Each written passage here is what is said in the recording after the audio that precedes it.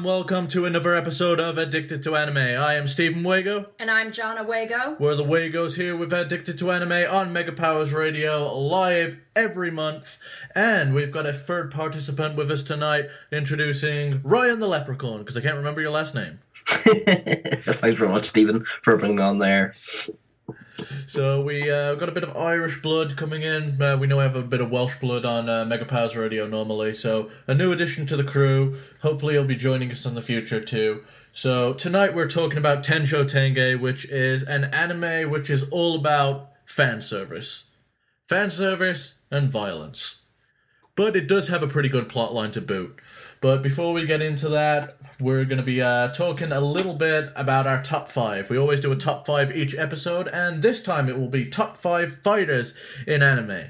So, I'm going to go around the horn and ask each of you to list your first one.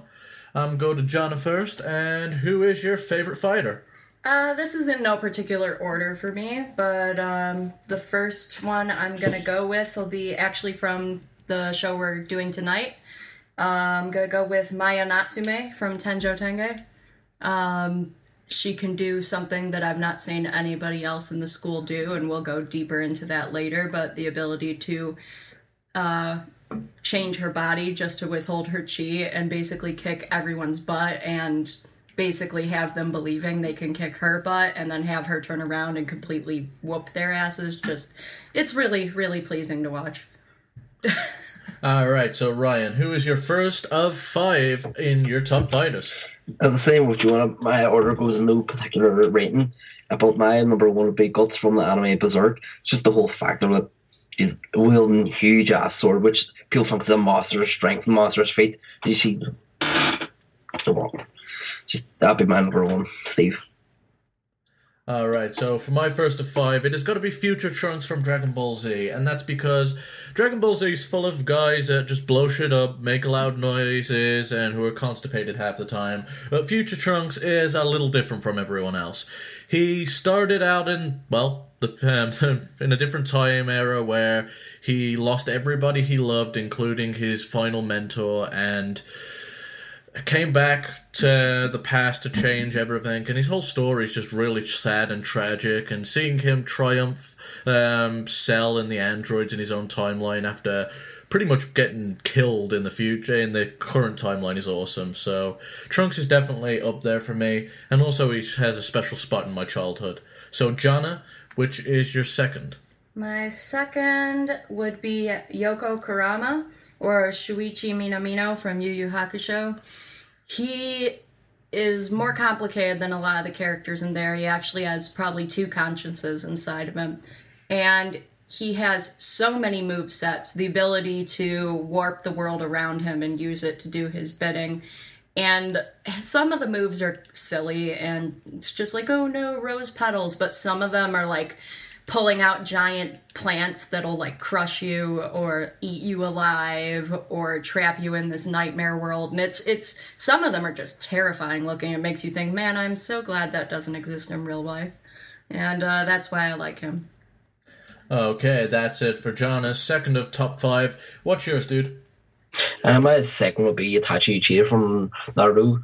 Given like a whole conflict of Itachi killing his own clan and like at such a very young age, even for the manga said he had a wisdom of a Hokage at the age of 4, that just the growth in which Itachi achieved at such a young rate, I always thought his fights were like much more deeper, and they had another conflict between him and his brother Sasuke. So that's why I always preferred Itachi over any other character in Naruto. Okay, so he's going with Itachi, and for my second of 5, I am going to go with Rin Okumaru from Blue Exorcist. And Rin's an interesting character. I mean, you're just enjoying your life one day and, oh, you're the son of Satan. Oh, awesome. So he deals with that. He deals with his power and the sword that's able to unleash it. And it's a real fun plotline watching him come over trials. So Rin's always been one of my favourite fighters, and his scenes have always been fun.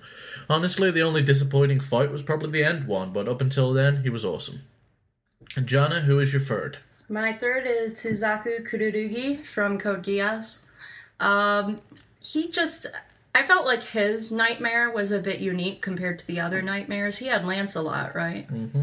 And I liked his nightmare, and the fact there was always just something off about him to me. The fact that he was fighting for Britannia when he was an 11 and things like that, and he just kicked ass.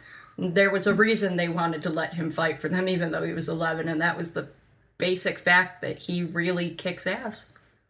Okay, so for you, Ryan? My favorite would be from Tenjho Tenge being Matsuno Tangani. That like from being birth, he was born as trying to be the perfect martial artist.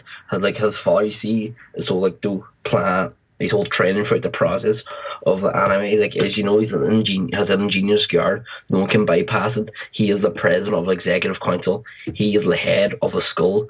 Anyone that steps up to him will be pummeled and beat down like Lord Suichu. And the anime itself, like, it's basically unstoppable in my opinion.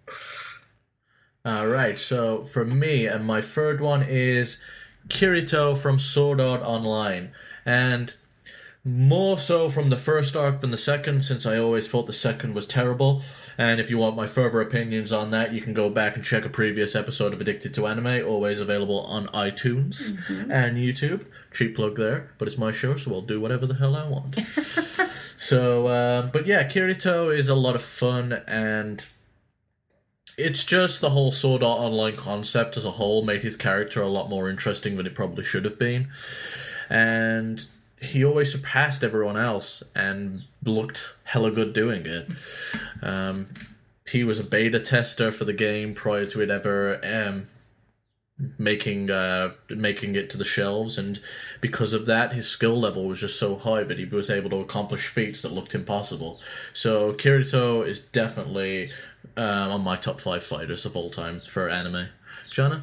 My next one is Lanfan from Full Metal Alchemist Brotherhood, and I know I've already picked her for another top 5 in a previous, but she is just so badass. She can kick anybody's butt within a matter of seconds half the time, and at one point she was afraid that her master was going to get caught, so what she did was she cut off her own arm and tied it to a dog so people would find the dog instead of her. She cut off her own arm. That's all I have to say about that. Alright, so Ryan, anyone cut off their arm for your next one? Well, close enough, rather. My fourth one will be Colin McLeod from the Highlander animated series. That Colin McLeod is basically an immortal. His life destiny is to get revenge on the man who killed his wife in a past life. And through the stems of time, he was yet again fighting and fighting and fighting to kill this man. So basically, hundreds upon hundreds of years of experience from fighting many wars, many enemies. Just ultimate badass in itself. Okay, so for my, which are we on? We're on number 4. Number 4, I am going to go with Masamune Date from Sengoku Basara. And as far as the Sengoku Basara anime goes, I hated it and loved it at the same time, mainly because I'm a history buff. And normally I'd pick Yukimura Sanada over anyone, but Masamune's character and demeanor won me over. And it might be the fact that his Japanese voice actor uses a shit ton of English, and it's hilarious. In fact, there's like if you go on YouTube and search Masamune Date English, you'll get a whole compilation of his best moments, and it's fucking hilarious. And besides that, he had like 10 swords, and he used them all on one hand, like almost like claws. He had 5 on each, and it was like, that's impossible. But I'm okay with that. So Masamune Date definitely tops my top 5, and he's just a badass all throughout. Jana? I'm sure I probably share this one with Steve, but I couldn't resist picking it. It's another one from tonight's Tenjo Tenge. I went with Shin Natsume, who is one of my other ones. It's her big brother. I think no one will disagree with me when I say he is extremely skilled and talented and also extremely powerful. And I can't think of many other people in that anime that could ever possibly beat him, except for maybe one person. He's just that powerful and that talented that I can't really pick anyone else. All right, so Ryan, who is your 4th? Mine would be Kenpachi from Bleach now, because in my opinion, Kenpachi is the ultimate badass of anime. That he goes on, he doesn't need Bankai at all. He just goes on pure brute force, slashing and dicing people. I don't know if you read the recent manga, but he basically mind screwed a guy and they kill himself. That's how badass Kenpachi is. That he is the butcher. He's basically a butcher, nothing else.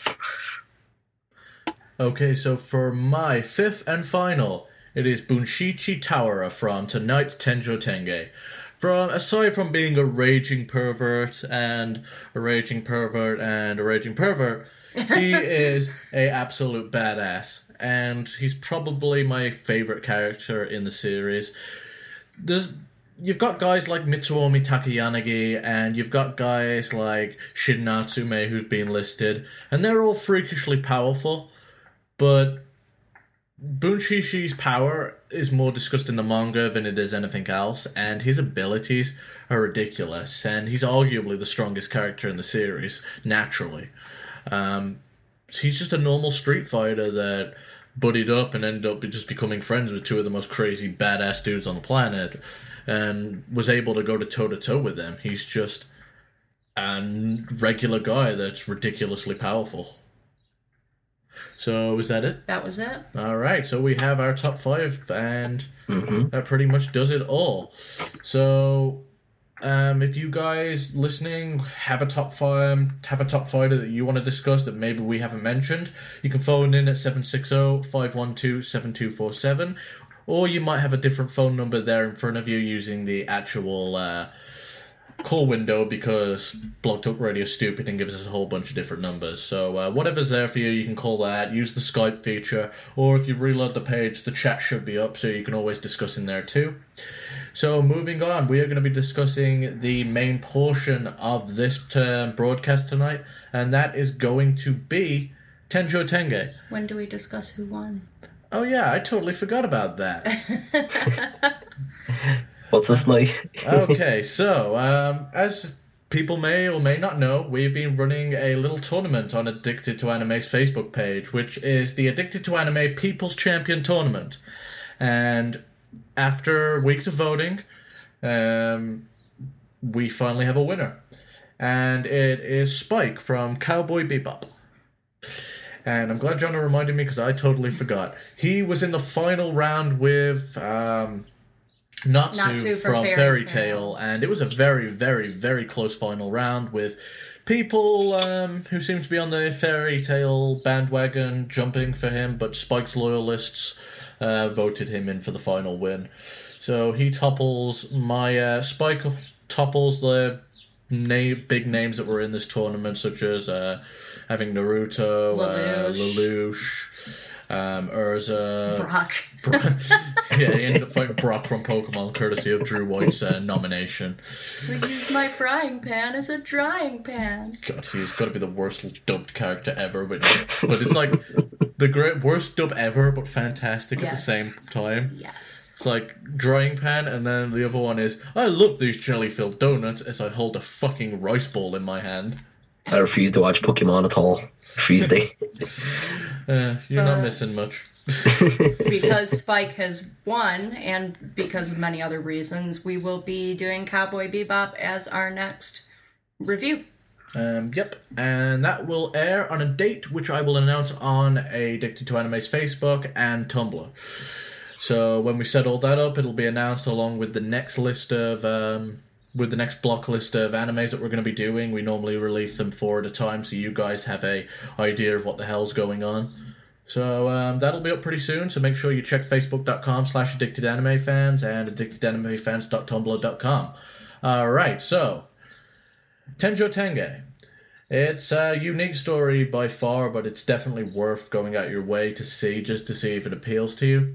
It follows the lives of students of the Juken Club at a school which has pretty much been created to revive martial arts.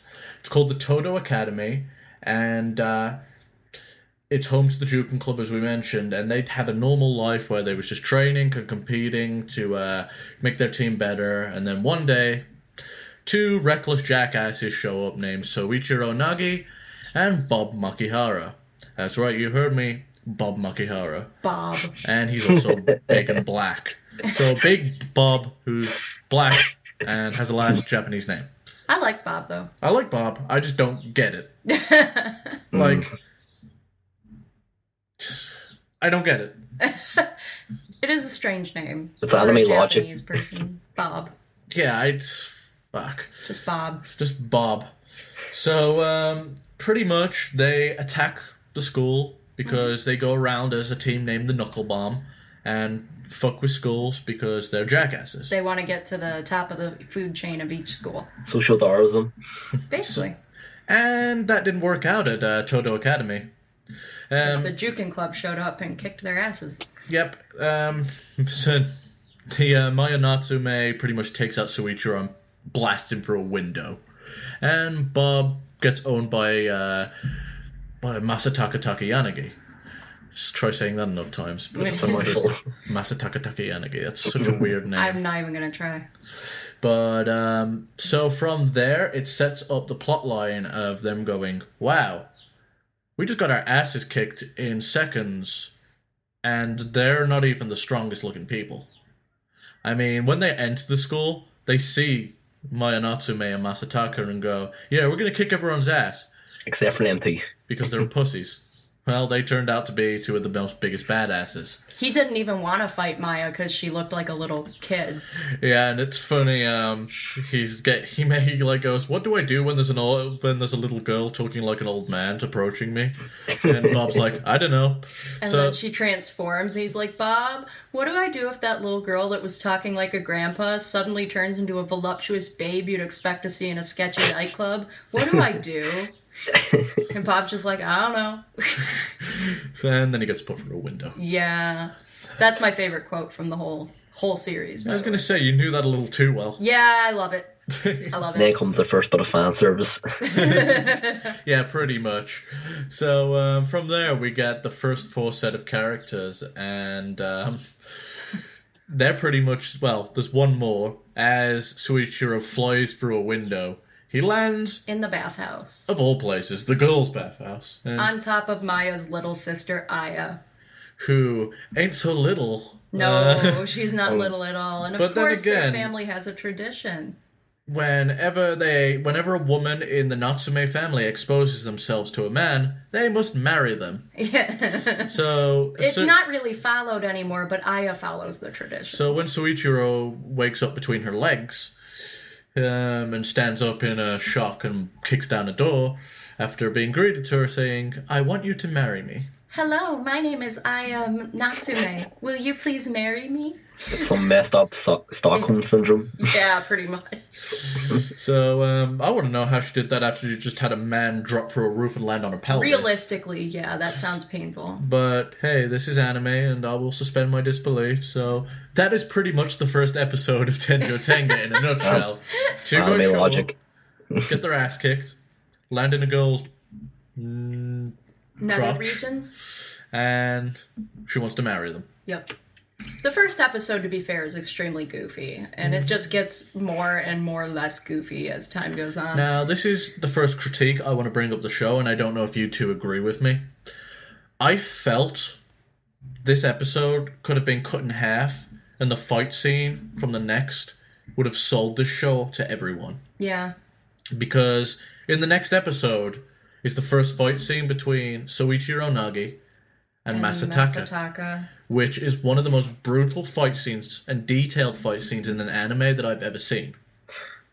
And yeah, they did really do the finite little details that a lot of anime skip out vomit on through the nose, etc. Yeah. And I felt that this fight scene would have been so much better if it was in the first one, just to sell the anime. It would have sold it, yeah. It would have. Because personally, when I first watched the first episode, I thought it was a comedy anime. It wasn't. No, it was not.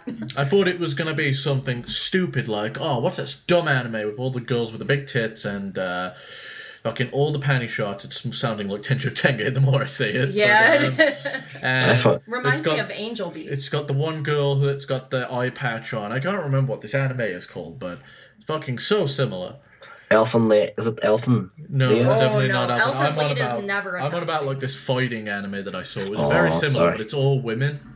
And it's so goofy, and it seemed like this is what this was going to be. The beginning episode, Tenjo Tenge, reminds me of how we felt about the beginning of Angel Beats. The beginning of Angel Beats, we thought it was going to be a goofy comedy, and then by the end, we were like crying and stuff. So I found Tenjo Tenge the perverted way. I was on Anime Freak and I put on Ichi as the search preference. It was like the top. It came up. I was like, okay, might as well give it a go. yeah. When Steve first told me it was had a lot of boobs and panty shots, I figured I wouldn't enjoy it because, you know, I'm a straight woman. But then he got me to watch a few episodes. Well, first he showed me the fight scene that he was just talking about, and from the fight scene I got hooked, and I haven't been able to put it down. I just love it. So to wind it back a little bit, after that we've pretty much got a feel for who Soichiro Nagi is. And Bob, they're two reckless jackasses. Maya has a lot of mystery to her. Yeah. Aya seems like a crazy ditz. And Masataka seems this reserved, nice guy. And it all escalates into a fight scene with Soichiro and Masataka. In the lunchroom. After Masataka loses his lunch. Because that's a running gag in the show. Not loses his lunches and throws up. He has it knocked out of his hand. Yeah. Well, either way, it would have been funny. But... No, that's for Soichiro to do. Soichiro gets his fucking ass handed to him. After he uses a cheap shot by using Aya's homemade lunch, because one other thing to point out is Masataka is infatuated with Aya. And Aya is infatuated with Soichiro and even made him a lunch, but he won't take it. So it's an odd love triangle that we have here. So Soichiro points out the lunch, that stops Masataka from hitting him, and he lands a blow on him. After that, Masataka kicks the living shit out of him in a fashion that I've seen not from many animes. No, like I enjoyed Arya. Is like, you're going to lose someone of this caliber, and like Masataka is like, he just goes like in the demon mood. It's like someone of his character. You see the red eyes and beats the living crap out of Soichiro, bloody. It's crazy. How dare you lose to a martial artist of that caliber? That's what set him off. It was... Masataka's like, of that caliber? Because he loves Aya. Yeah, Aya's like screaming at Soichiro for getting his ass kicked, and that sets Masataka off, and Masataka kicks the shit out of him.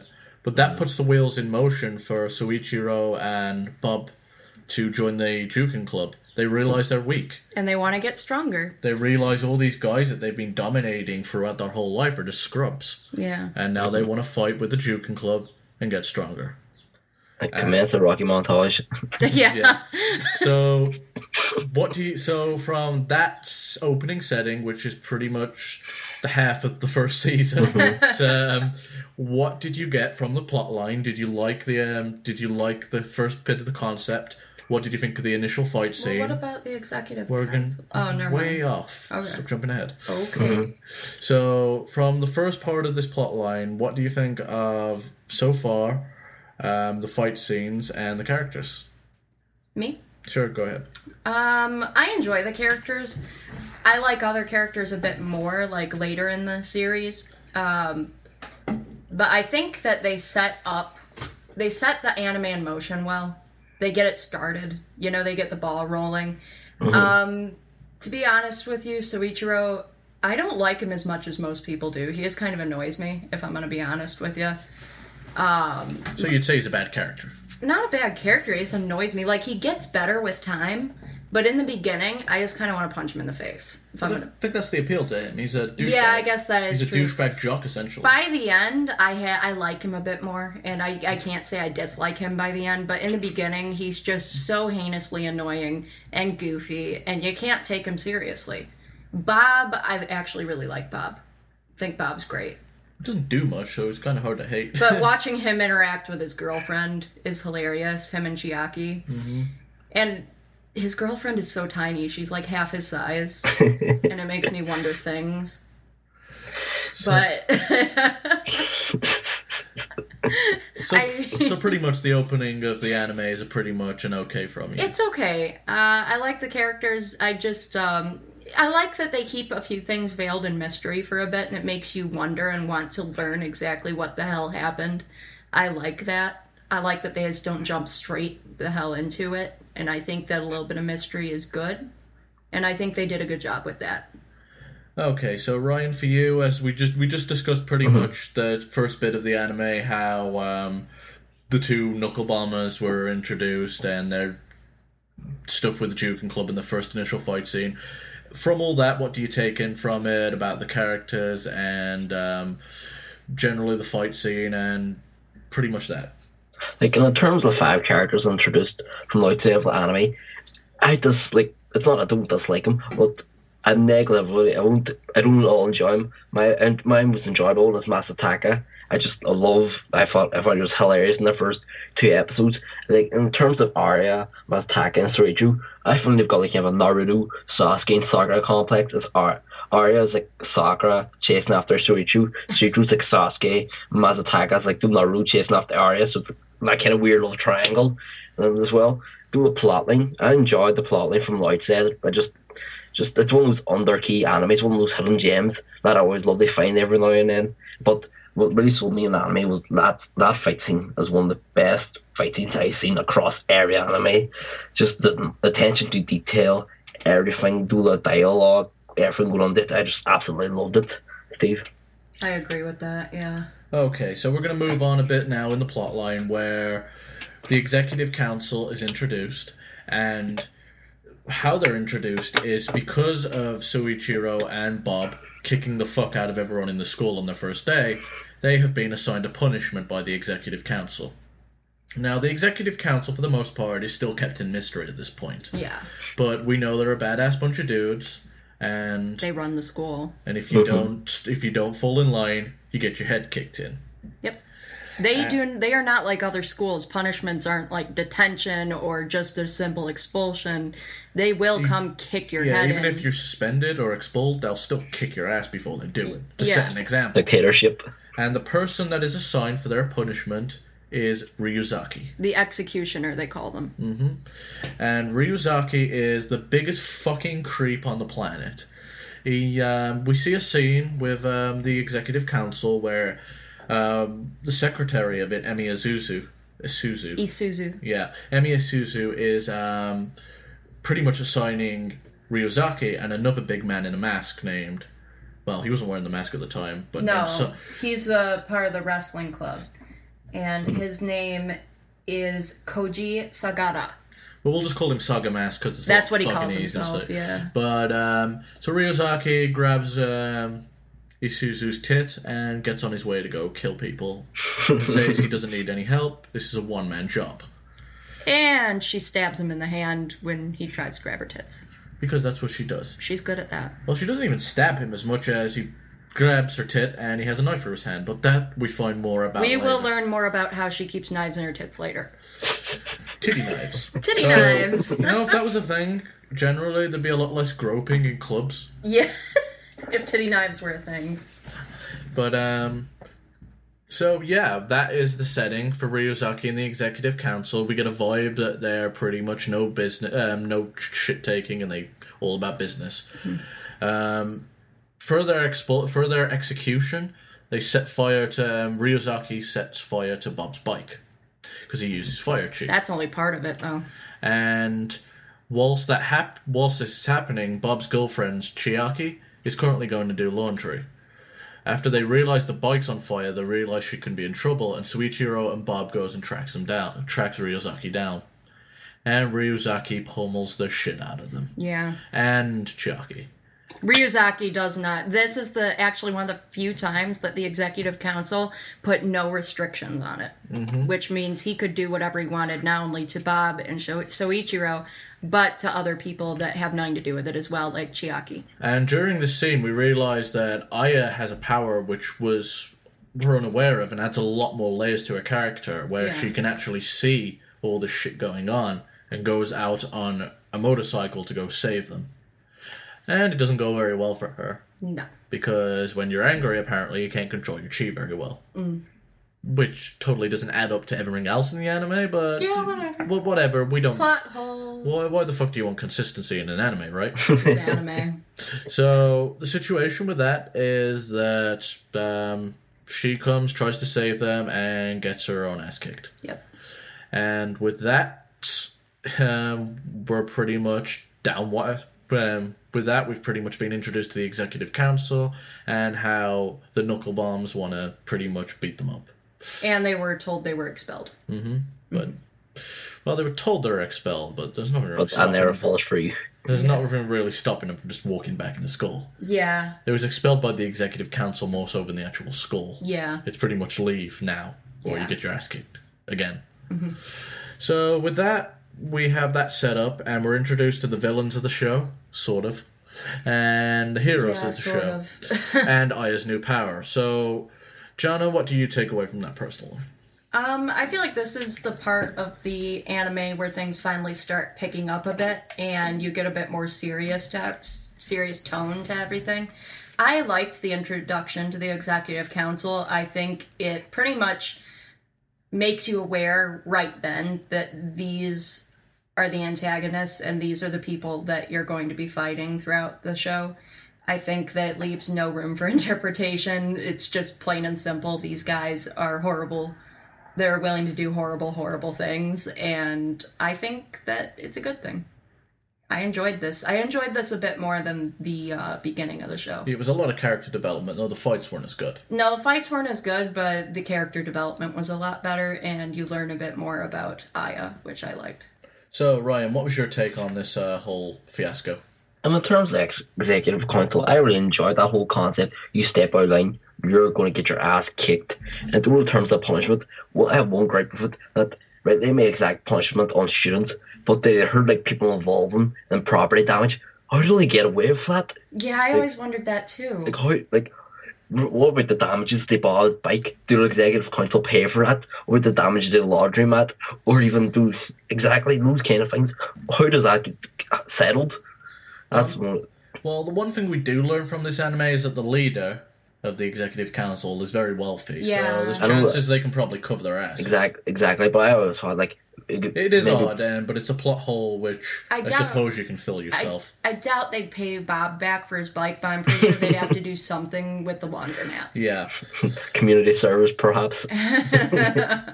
But in terms of character development, I really enjoyed, like, most character development I enjoyed was from Arya. She's like she's not an airhead per se. She's got that whole Dragon Eye concept. So better character development. Ryuzaki is, as you said, he's the creep of an anime. Well, G of Fire. That's always neat for one. Yeah. So with that, we've pretty much learned how the executions and punishment work, and the only other character missing from the Executive Council discussion is Mitsuomi Takeyanagi. Now, Mitsuomi Takeyanagi is the older brother of Masataka Takeyanagi, hence the last name. Bum, bum, bum. And he, at this point, is not shown to do very much other than be really angry and sit in his chair and do snarky one-liners as another man with white hair named Bunshichi pretty much just farts, scratches his crotch, and reads books. Well, makes sarcastic comments. Bushichi, he's got a position on Executive Council as his advisor. I don't know, I think it's from that scene of those two episodes where he mentions Shin Natsume for the first time, and he basically breaks his own cup, saying, "Don't mention that name around me." Yeah. Yep, that's pretty much what happens with Mitsuomi's first introduction. The name Shin Natsume is mentioned, which is referring to a character which we'll find out about in the past arc, and that sets up the dun-dun-dun moment. Dun-dun-dun. Mm-hmm. And this all escalates to Soichiro training and becoming much stronger in the Juken Club. Bob runs a lot. You seen Bolt? Yeah, and I've got to bring up a line here. "Oh, yes, you have great genetics. You need to run." Yeah. Translation, you're black. Therefore, you're good at running. You are black and therefore have muscles. They might as well just fucking said it. That's basically what she was saying, just in a more politically correct manner. Yeah. Mm-hmm. Fucking stupid. It was one of the dumbest lines in this entire fucking show. Oh, Maya. But, yep. So this all escalates to a showdown at the bowling alley, because when you're bowling, you're just enjoying yourself, and then the entire school attacks you. Yeah, pretty much. Didn't they wonder why they were the only ones bowling that night? Come on.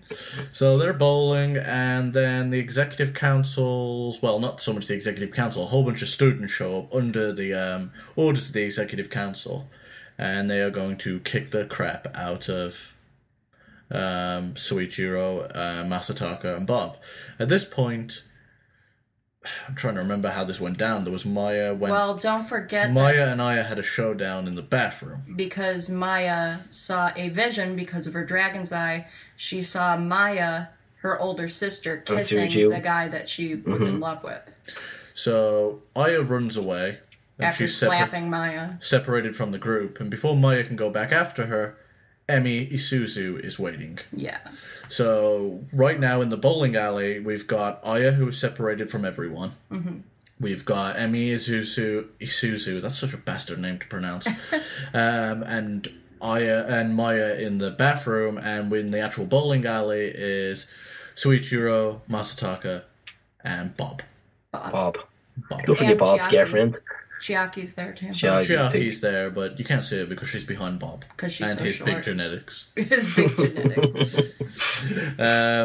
So pretty much they're fighting off all of those whilst Maya and Emi have this awesome fight, which it was a great fight. Totally just knives everywhere, panties shot everywhere. Well, I don't mean to be corrections, but in the terms of that fight, Aya actually steps out after slapping Maya from the bathroom itself and runs out to the stairs. And does that not commence another battle in itself with Tagami, the samurai? But it happens a little afterwards. They don't really show it for a while.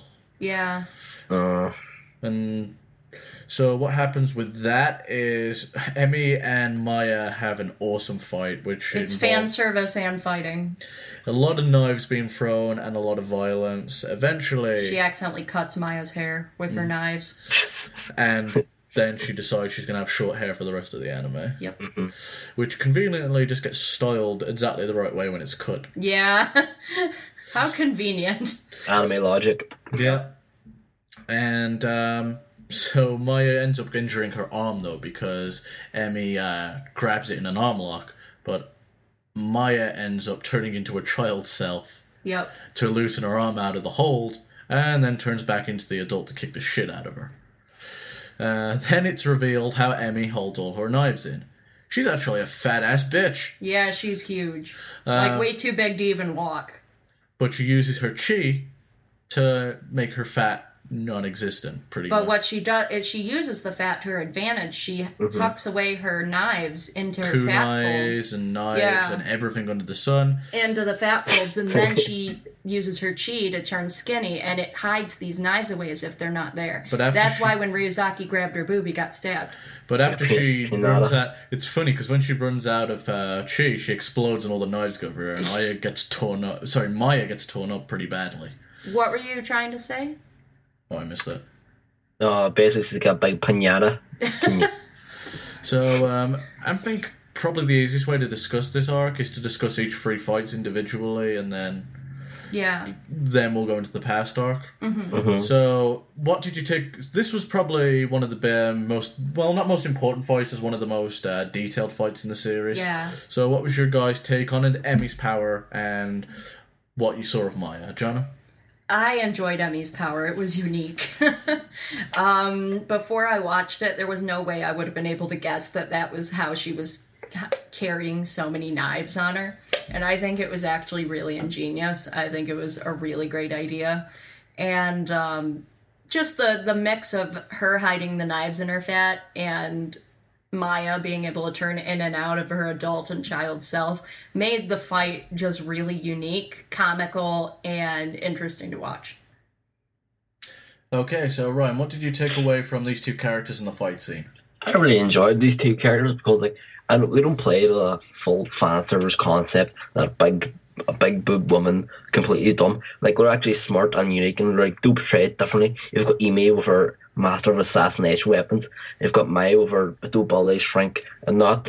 I really thought it was a really well planned out fight. The sequences were beautiful. even at the end, Maya didn't know that Amy would explode and all her weapons would go flying out. You see her getting brutally injured. I just really love the fight itself in general. Okay, so the next, while this is all happening, Soichiro has busted through the floor courtesy of Masataka making a big hole in it with chi, and runs off to go help Aya or Maya, whoever he can get to first. Mm-hmm. But he's stopped by Saga Mask, and ends up getting in a big, huge fight with this pro wrestler fucking looking dude. At this point, Maya ends up breaking away from Emmy and finding the two and pretty much watching how the fight unfolds. We see Soichiro try a technique which he learned. I have a hard time pronouncing this, but it's like Ryuke Kiko Tonshinko. Mm-hmm. Mm-hmm. And if it's not that, you're gonna have to fuck off because that's as close as I'm getting to it. But the ability to move something through something else. It's the whole concept is you use chi in a circular motion around you and blast it forwards. And concentrated power of the chi enough, you can delegate where that impact of the chi is going to go. Yeah, like if you have 5 dominoes in a row and you only want to blow over the one in the middle, that's how you would do it. Basically, to sum it up, it's a punch and you can hit it long range. Yep. Mm-hmm. So he tries this, but it's a move that he's only learned so recently, so he can barely do it to Saga Mask. Mm-hmm. And he missed completely the first time. And it has to be reminded that you're a street fighter, that's what you do best. Go kick his fucking head in using street fighting. Yeah. So these two have a brawl. They have a bit of a comedy moment where he's putting a wrestling move and he touches the wall and goes, "I've got the ropes, let go," and Saga Mask does. So this was an okay fight. Personally, I found it a little boring and I found it filler more than anything else. Yeah. Saga Mask is not a character that I like. I find him completely fucking dull. And he's probably the weakest character in Executive Council as far as personality goes. Not in strength, he's actually very, very talented. But I could have passed on this fight. I felt it could have been a lot shorter. But what do you think, Jonna? I agree. I felt myself zoning out during this fight. It bored me. It was boring. There's really not much more to say about it. I didn't enjoy it, and I just kept zoning out. So this was probably one of the dullest moments of the anime, but luckily it was only for the span of an episode or 2. I can't remember exactly. I think it was 2 episodes. They introduced it at the end and then the next one. So Ryan, what do you think? I actually disagree with both opinions, not be judgmental, but I actually really like this fight. The whole concept between wrestling versus martial arts and then the transition to street fighting was really great in my opinion. But even so, I enjoyed the monologue shared between Saga and Soichiro. You learn about Saga's background story, that he came into the school, he founded a club that wasn't under executive council, and basically he was getting beaten and he had to train in the bathroom, basically a form of humiliation, and the guys he trained with were scrawny ass nerds, and he seen that Saga really grew to love these guys through working out, building their characters. You see muscle, yes, look at here, got a muscle and stuff, but henceforth the executive council come down on Saga and beat his club senseless and said, you shouldn't be going along with these weaklings, you should join me, I'll provide you space and money. If you fall in line, you can't see a conflict of Saga. Should he abandon the ones he loves, his friends, and join the executive council and do basically be an enforcer?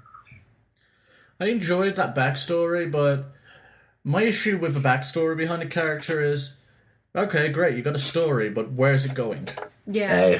Fair enough, but I found it was really sympathetic, this background story, in my opinion. I liked the background story, I just didn't like the fight. I love the fight. I didn't enjoy the fight personally. My biggest issue is I love when you give depth to a character, but when you don't follow through. Mm-hmm. After that fight, what the hell happened to Saga Mask? Yeah, exactly. They never go over it. Exactly. Yeah, I mean, I haven't personally read the manga, so I don't know if he ends up fighting in the World Tournament. Well, not the World Tournament, but the Climax. But it's just disappointing that if you're going to put that much time into a character but you don't follow through with it. Yeah. Exactly. You see in the anime, I'm not pushing past this last segment of the anime, but he says, don't call me Saga Mask anymore, call me Sagara by his second name. And where does it go? You don't see him henceforth on the anime again. Yeah. So it's disappointing. There's not much to say about Masataka's fight. He pretty much just kicks the shit out of like a fucking 100 guys because he's Masataka and that's what he does. Yeah. Whilst Bob defends Chiaki. He locks her in a locker. At this point, Aya runs into, and I have a hard time remembering how to pronounce this guy. Tagami. It's it is Shiro Tagami. So we're just gonna call him Tagami because it's a lot easier. And so he's on the staircase waiting for Aya, and he had noticed her energy previously, and it scared him. He had crossed paths with her one day at school, and he immediately noticed that she had dragon eyes. And that scared him shitless. He did not like that one bit, and he immediately, as much as he was inspired and enjoyed her eyes and loved seeing that power, it scared him and made him realize that no one should have that power, and he knew immediately that he needed to destroy it. Exactly. I think sorry. No, I'm done. I think I don't mean to interrupt, but I think the description from the show, because I just rewatched it not that long ago, that they're so deeply, endlessly beautiful that if those powers do not become kept under control right now, we may have like full-on destruction at our hands and our skull if we let them develop. Yeah. And he unfortunately gets too close to her powers because she absolutely fucking flips out during this fight, and she's like a child just ripping the wings off a moth. Yeah. She just beats the piss out of him and laughs childlike whilst doing it. Yeah. And at this point, Soichiro and Maya have broken away from Sagara after defeating him, and well, Soichiro breaks away because Maya and Aya shouldn't be seeing each other right now after their little conflict. And he gives her a whole monologue about how she lost a fight, not even though she won, because she lost to her own powers and lost to herself. And that's probably the most interesting development between the two that happens in the show, because their relationship, it's weird. It's like, I understand there's meant to be this whole infatuation thing, but it's more Aya than it is Soichiro. Yeah. And I understand that's kind of the idea, that he's infatuated with a different person, and everyone's infatuated with a different person that they actually want to be with. Yeah. But at the same time, there's just like no character development between the two throughout the whole series, other than this real moment now. Yeah. He tells her next time win and enjoy it. Because she didn't enjoy winning this time. Like when she stopped and thought about it all, she hated herself. Because she just destroyed this without guy. Even thinking. So what did you guys think of their little monologue they had between each other and their development as characters? And what did you think of this fight scene? I don't really think Soichiro developed much, but Aya definitely did. Aya definitely developed, and it was nice to see a darker side to Aya, because all you had seen before was kind of airheady, and I don't really think Aya's stupid or airheady. She's just kind of got her head in the clouds, and she's always thinking about something. And when they actually do an inner monologue for her, she's always thinking about something deep, other than when she's thinking about Soichiro. Then you want to punch her in the face. But I wonder if Soichiro-sama will notice me.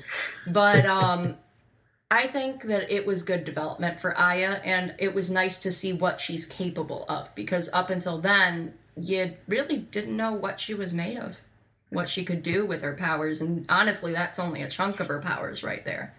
So it was nice to actually finally see those unfold. Okay, so what did you take away from this, Ryan? I really enjoyed the introduction of the whole Dragon Eye concept, and like the inner conflict between Arya herself and the Dragon's Eye self, that she completely lost herself in the ecstasy of battle and goes out and basically destroys Yagami until the brink. He is basically dead. And then you've got the whole thing where she brings back herself with Richu talking there, and that kind of aspect.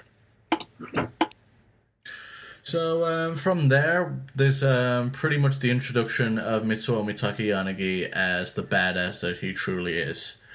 He comes in on his motorcycle and kicks the crap out of the guy that actually brought his motorcycle to him earlier. And enters the school and pretty much beats the shit out of Bob after trying to recruit him. Yeah. And this leads to an eventual showdown with him and Soichiro. And Soichiro pretty much loses consciousness after the first conflict with them. Yeah. But he then just, like, is full of chi, which is non-stop. Yeah, which shouldn't be possible. And he starts fighting Mitsuomi Takayanagi until Bunshichi breaks it up because he sees the end result is probably going to be that Mitsuomi gets his ass kicked. Yeah. Pretty much Soichiro blacks out, if I remember right, because he's overwhelmed by all this chi. Yeah. And from then the whole... Mitsuomi pretty much orders everyone to retreat from the bowling alley and go back to doing whatever the hell he was doing before. And Emmy's pretty much saying, pay off the bowling alley, pay off these people to keep quiet, etc., etc. Yeah. And you see that the executive council works pretty much like a mafia. Money. Lots of money. They're pretty much the Yakuza in high school. So, it's interesting. And then Chiaki brings up that, hey, this all seems to be surrounding Maya and Mitsuomi, this whole feud between the two of you. And this is why everyone got hurt. And they get fed up with it. And they want to know what the fuck's going on. And then we're given the history lesson on Tenjho Tenge as a whole. And it's pretty dark. Yeah, it's dark, but this next arc was my favorite part of the entire anime. It's definitely a better plot line, and I preferred the past arc as opposed to the present arc. I agree. So, the past arc surrounds Maya Natsume back when she was a couple of years younger, pretty much the same class She was a freshman. Pretty much the same class as Soichiro and Bob. Mm-hmm. And at this time, her brother, who has been confirmed to be dead at this point, is still in school and pretty much the head honcho. He is the leader of the executive council himself. They do have the executive council at that point. He's the president. Mm-hmm. Bunshichi is his second in head. Mm-hmm. Mitsuomi Takayanagi is also a member of his little club. And they run around as a club called the Katana, which is a biker gang. And they're pretty much just having the time of their lives. And what we see is a story develop between Sheen and Maya, which pretty much is very weird. Yeah. It's as if Sheen and Maya are almost in a relationship as more than they are brother and sister. Now, I'm a little foggy on how the beginning of the past arc started, so I'm going to let you hit it. Oh, it was basically Maya was... she wanted to fight Mitsuomi. She didn't know that there was... She didn't know he was a Katana member, or vice versa, that he was Sheen's sister. Yeah, and so she attacks him, and she basically gets her ass handed to her on a silver platter, at which point Sheen shows up. Laughing his ass off. Yeah, and Maya runs away crying and crap. Not because she got hurt, just because she was upset that her brother saw it, I think. And set her up, kind of. Yeah, he kind of set her up. Yeah. Because that's what big brothers do. Yeah. Set you up against deadly martial artists to get your ass kicked. Mm-hmm. Life-threatening situations. Yep, you know how they do. So, there's something happens called katana hunting. Yeah. And all these members of Sheen's biker gang, because there's a lot more, it's just, there are a bunch of no-names that no one gives a fuck about. Exactly. The Tenges. Yeah, and they start getting taken out, and people start wondering who the hell it is. Yeah. And people are suspecting that it's Maya. Mm-hmm. And it's a whole big scramble of mess as they just keep developing that Sheen and Maya have this fucked up relationship, and Mitsuomi starts falling in love with Maya. They start going out dating and playing video games together. And when they realize that Maya is going to be found out as the person that's been katana hunting, Katana gets absolutely wiped out by Sheen. Yeah. And he hears them say, I don't care if she is the boss's little sister, she's going to have to pay. Exactly. And you do not mess with Sheen's little sister. No. This was shown earlier by this one guy in school that picks a fight with Maya. Mm-hmm. Maya is getting her ass kicked, and he turns to mock Sheen, and rather than just knock him out like you would if someone got in your face, he pretty much sticks his fingers in his gut. Yeah, breaks the skin, uses his deadly technique that could kill him. And that's when we're introduced to another character, because Mitsuomi's freaked the fuck out by this. Yeah, he's like, we need to get him to a hospital, call an ambulance, he's going to die. And I'm trying to remember what her name is. You've got it up. Her name is, I have it here. I always I struggle with her name. Mana Kuzunoha. Yeah, Mana Kuzunoha. And she pretty much heals this guy up in no jiff with using acupuncture. Acupuncture chi bullshit. Yeah. And that is how we're pretty much introduced to Shin, Mitsuomi, and Maya. And Mana. And Mana is Shin's girlfriend. And she insists that he was never actually in any danger, but I think that's a bunch of bullshit. Mm-hmm. Yeah. I think she's trying to keep everything hush-hush right now. Yeah. So, what did you think of the characters that were being developed so far? I enjoyed it. I think it was introduced really well, and it's funny to see how young Mitsuomi was and how absolutely different he was from the Mitsuomi we see at the bowling alley in the present arc. He's just so young and naive, and all he wants to do is help people, and it's adorable because he doesn't stay that way. And Maya was definitely different. She was far more naive, nowhere near as mature as she becomes. You don't even get to see Aya's face in the past arc. You always just see the back of her head. And it's kind of funny. But sweet, you'll just see the back of your head if you get it. But honestly, I enjoyed this arc. I enjoyed every part of this arc. I really did. So, Ryan, what did you think of this introduction for all the characters? In terms of introduction of all the characters, I absolutely loved it because Mitsumi Takina is my favourite character in this anime itself. From the transition, like when you first see him in the Bullet Alley, that he's this presence not to be messed with, powerhouse of executive council, that you will get punished if you step up to him. Then you see him the transition to this young one who basically is a novice, the whole world, the whole concept. And you've got Shin, which is basically a big brother to him, teaching him the ways, the executive council, the whole katana, the taunting. And Maya itself, she's really naive. She's inexperienced. She's not wiseful like her older self. So I really love the introduction to all these characters. Yeah, I'm definitely a big fan of Shin and Maya's initial introduction as brother and sister. It just seems so odd after that first conflict with Maya fighting that guy in the school. Yeah. In addition to that, Mitsuomi is totally different. His voice is differently acted. His face is different. His hair is definitely different. Even his eyebrows are... Yeah, the artist was very good in making Mitsuomi look a particular way at this point. And you even and his relationship with Shin was such a big brother, little brother thing where Shin was like, yeah, Mitsuomi's going to take over for me for when I'm gone. It was cool. And it's a shame it didn't stay that way. No. So the end result is of all this is that Mana ends up showing Mitsuomi a videotape after sleeping with him. Yep. And pretty much he said the only reason I slept with you is because you're Shin's girlfriend. He almost had this relationship with Shin that developed as he always wanted to one-up him. And it was kind of an awkward relationship, but this whole past arc was awkward and uncomfortable. Yeah. As good as it was. It was a good awkward and uncomfortable, but it was painful a little bit. And she shows him a videotape of, gives him a videotape, which he watches with Bunchichi. Which Bunchichi comically goes, so, what's this videotape she gave you? You two having sex? Yeah, it is. Froze him off totally, and then but what it actually is Shin murdering a bunch of people. Yeah. I mean, that might be porn for some people, but not for us.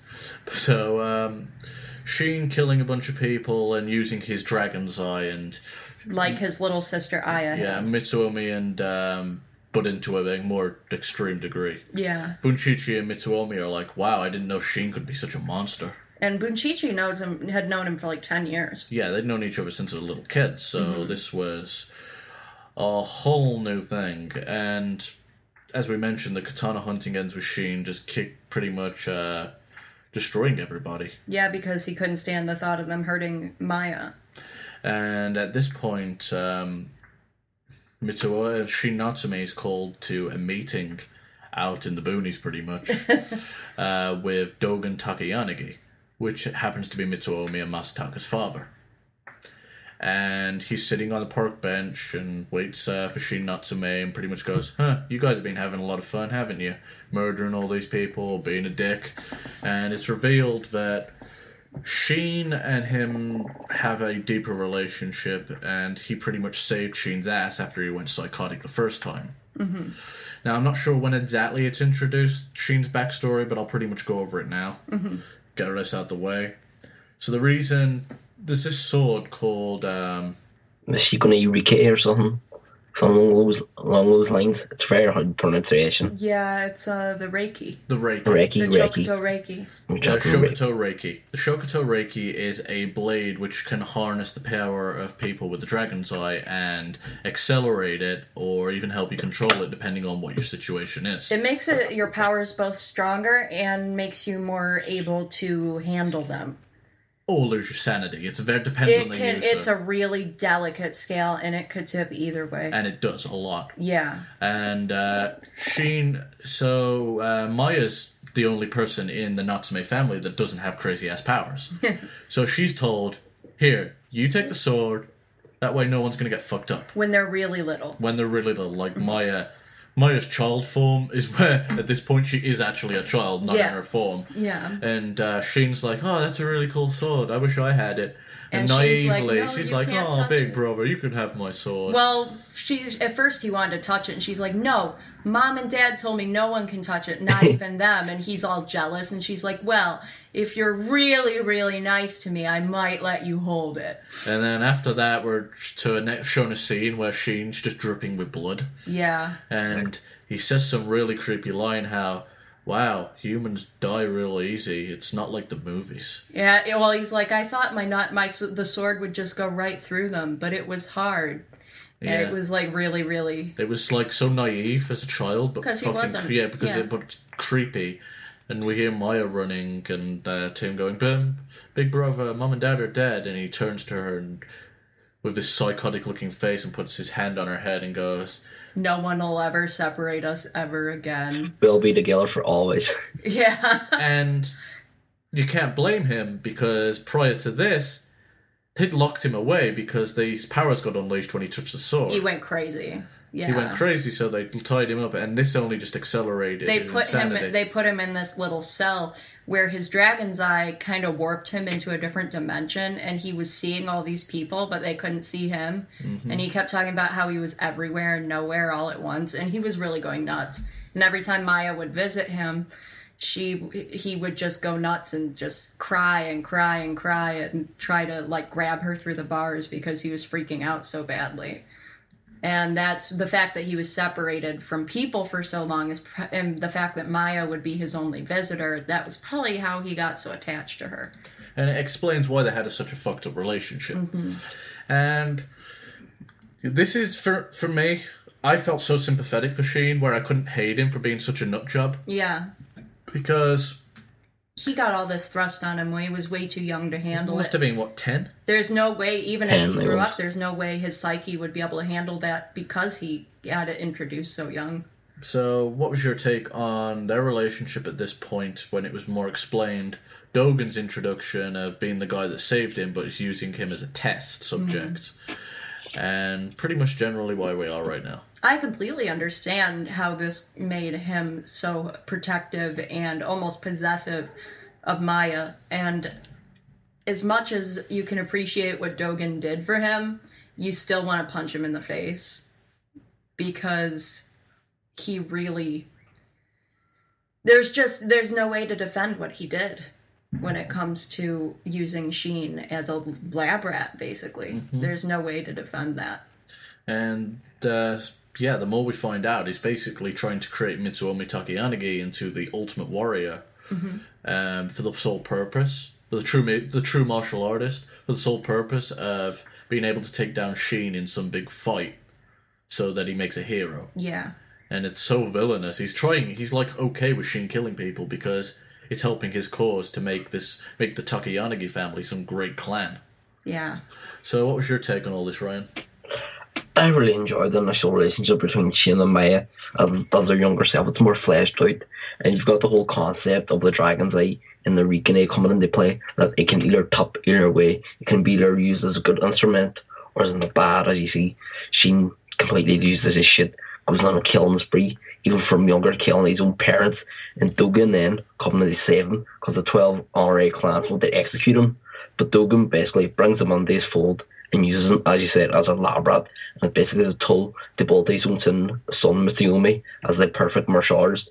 It's really messed up in a way, but I feel sympathetic for Shin because of having all this thrown on him at his young age and not having that mentality handled as a 10-year-old boy. So the next scene we have is Bunshishi shows up, tracking Shin down. And at this point, we're fleshed out a little more with a character called Fu Shen, who is a Chinese. Fu Shen. Fu Shen's like, just let Bunshichi fight him. What's the worst that can happen? And Shin pretty much goes psychotic at the sight of Bunshichi, and his dragon's eye activates, and he uses the sword to control himself to not kill his friend. Yeah. But in the process, impales the fuck out of his legs. Yeah. And makes him a pincushion. But God only knows what he could have done if he hadn't had that sword. Well, what happens next is Dogen demands the sword back. So Kusunoha takes it from him. At that point, Bunshichi's like, bitch, I'm awake. And launches himself across the ground using his own chi. Kicks the fuck out of Shin and beats him down. But the only reason he's able to do that is because Shin pretty much refuses to fight him because he knows without the sword he'll probably kill Bunshichi. So you see Shin constantly reaching and looking towards the katana as Bunshichi just pummels the hell out of him. Yeah. And uses his monologue about, I've known you for this so many years and I don't understand the shit that you're saying and the shit that you're doing. And Shin's pretty much saying, yeah, you don't understand me. And Bunshichi knocks him out finally, and the last words he utters is Maya. Yeah. And it sickens Bunshichi because he's like, even now it's all about her. Mm-hmm. And this fight scene tops mine for all the fight scenes in this anime. I thought it was just such a cool contrast of Bunshichi getting his legs impaled constantly. Partially the reason he topped my list is that he let himself be impaled in the legs just so he could get Shin off guard when he didn't have the sword and fight him. Yep. And the fact that he was able to knock Shin down even with dozens of holes in his legs is just absolutely amazing. And it's funny, before this fight, someone actually spots Bunshichi and they're like, dude, that's Bunshichi Tower. I went to the same middle school as him. He's a monster. Holy crap. And up until this point, I had only seen the comedy side of him. Like, there was a scene in the bowling alley where he's like, Maya, keep those tits away from me. There's only two things on this earth that can screw me over. Shiitake mushrooms and your tits. And that's pretty much Bunshichi as a whole until this point. You've just seen him as this comic relief, and then he finally does something, and you're like, holy shit, he kicks ass. Like, even on the part of the stairs in the area of bowling alley, and Maya goes, hey, why aren't you fighting? If you goes like, it's too much hassle. From initial output, I thought, like, does he even fight at all? Is he like a complete weakling? Or is like some guy just advises Matsusume for like advice and wisdom? But when you see him like go absolutely crazy wishing, I was like, what the hell? How powerful is this guy to go against Shin when he loses his shit with the Dragon Eye? And one thing I'm going to critique the anime for, which they don't do a good job of, is explaining how intelligent that Bunshichi is. This is something that I read in the manga. And Mitsuomi actually wanted Bunshichi to do the bowling attack, the attack on the bowling alley. But I don't think he'd do it because of his ties with Maya. Yeah. And he said if this was done by you, this would have been over like in 30 seconds, done. Yeah. Because he's apparently he's this genius when it comes to planning attacks. Strategies. He had some battle on some hill with another biker gang and took them all out by himself because he's just this great strategist that combines his strength and his skills. And it's an interesting take on him because he's not just comedy relief and he's not just a badass, but he's a really intelligent character, and they don't touch on that in the anime. And all they really make him look like is a lazy guy that can kick butt. And that's a shame, because there's much more to it. There's so much more to Bunshichi. So, from there, where Bunshichi and Shin are both in hospital. Yeah. And they heal up, and it's announced that there's going to be some big tournament to select who is the Executive Council and the Executive Council President. For next year. Which Shin obviously won the previous year, along with Bunshichi. And it's actually discussed that Shin isn't the number one high school student. He never fought in the tournament previously. Shin is only number 2, isn't he? Shin's only number 2. Bunshichi is actually the first, and that's more evident to his skills. Yeah. He did all the fighting the year before. Yep. And Shin Natsume pretty much wants to make this new club because he kind of killed his other ones. Yeah, that'll do and it. he's calling it the Juken Club. Which so that is the birth of the Juken Club, and he makes Bunshichi come in it. He makes Mitsuomi come in it, and they need a fourth and a fifth person, and they get Maya too after a lot of persuasion. Yeah, Mitsuomi basically begs her. And she brings along a fifth person. Scum. That's not really his name, but it's what the teacher keeps calling him, so they kind of... He's some cocky douchebag with no skills, and he gets freaked out by this big teacher and made to look like a little bitch, and now everyone calls him Scum. Well, the teacher has some type of power to make you imagine things, doesn't he? I don't know if it's that, or if he dreamed... Or if Scum's just a wuss. Yeah, I think it's more to do with he bulked up, and then it freaked Scum out even more, because he did that. Well, Go on, Ryan. You see that teacher, a segment with facing Bob. You see Bob going immensely strong, ripping his t-shirt off, and the teacher comes over. The masters of this academy are no ordinary teachers. You see him just basically rip off his shirt, and he's bigger than that Saga guy. And I was like, what the hell does that man eat? So it's an interesting concept, and sorry, I lost where we were. We were at the part where Scum got introduced. So Scum's introduced to the Juken Club, and the Juken Club's pretty much fighting every team like you do, because it's announced the way the tournament works. Mm-hmm. You're given your opponent, and you go kick their ass. Anywhere, anytime. Except for the finals are in a big arena. Yeah. And pretty much the only other team that's really given some spotlight is another team, which is consisting of the leaders of a bunch of other clubs. Mm-hmm. Mm-hmm. Apparently basketball's a martial arts. I don't know why. I have no clue. But it is. Guy that beats the piss out of you with basketballs. Why the hell not? But because again, it's not martial arts. This is coming from the anime with booby knives. Booby knives! There's funny about that team, which it comes out and they play. There's a guy identical to Bruce Lee. I'm pretty sure. I know who you're on about. He's the leader, the Bruce Lee guy. Mm-hmm. He's such a knockoff that it's fucking obnoxious. So yeah, they go around, they fight each team, and they're pretty much winning, and it escalates eventually. But before we talk about how it escalates, we'll talk about this concept. So what did you think of how the tournament works? What you guys liked about it? And my personal gripe with this is Bunshichi and Shin was pretty much yeah, we're friends again, no issues. Yeah. And there was a lot of patching up between them that never really happened. It was there was a permanent rift between them. Mm-hmm. So it just didn't seem... I didn't like the transition.